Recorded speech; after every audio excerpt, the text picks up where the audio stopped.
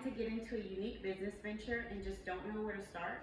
Or are you looking for a cool new hobby that allows for creative expression, makes one-of-a-kind gifts for family or friends, or like to show off your skills by creating beautiful custom epoxy tumblers like this or this?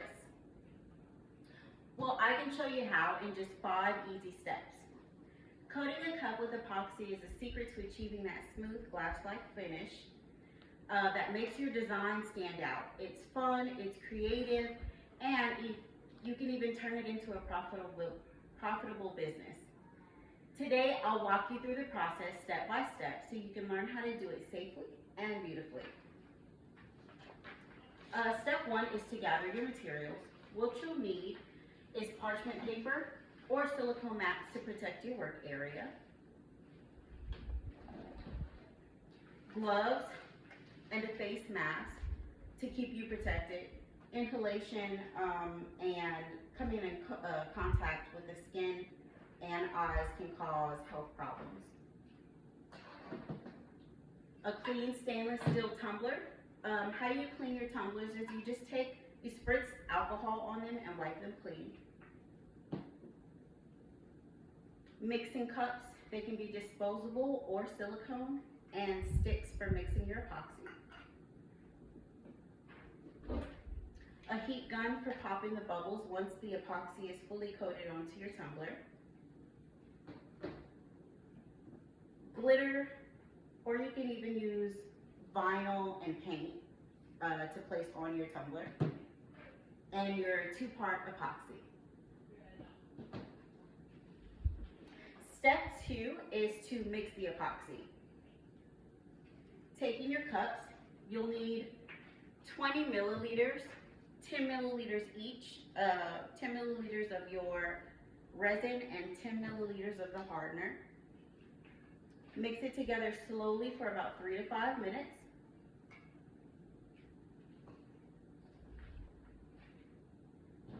Step 3 is to apply the epoxy onto your tumbler. First step is to turn on your spinner and slowly pour a little bit of your epoxy at a time. Using 2 fingers, you can even use all 4, but I like to use 2 for better control. Take that epoxy that you put onto your tumbler and from top to bottom, just smooth it down.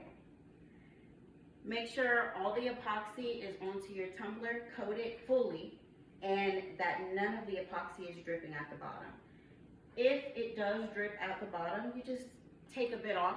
You can take the epoxy off and put it back into your cup. Step 4 is removing the air bubbles. What you'll do is you'll take your heat gun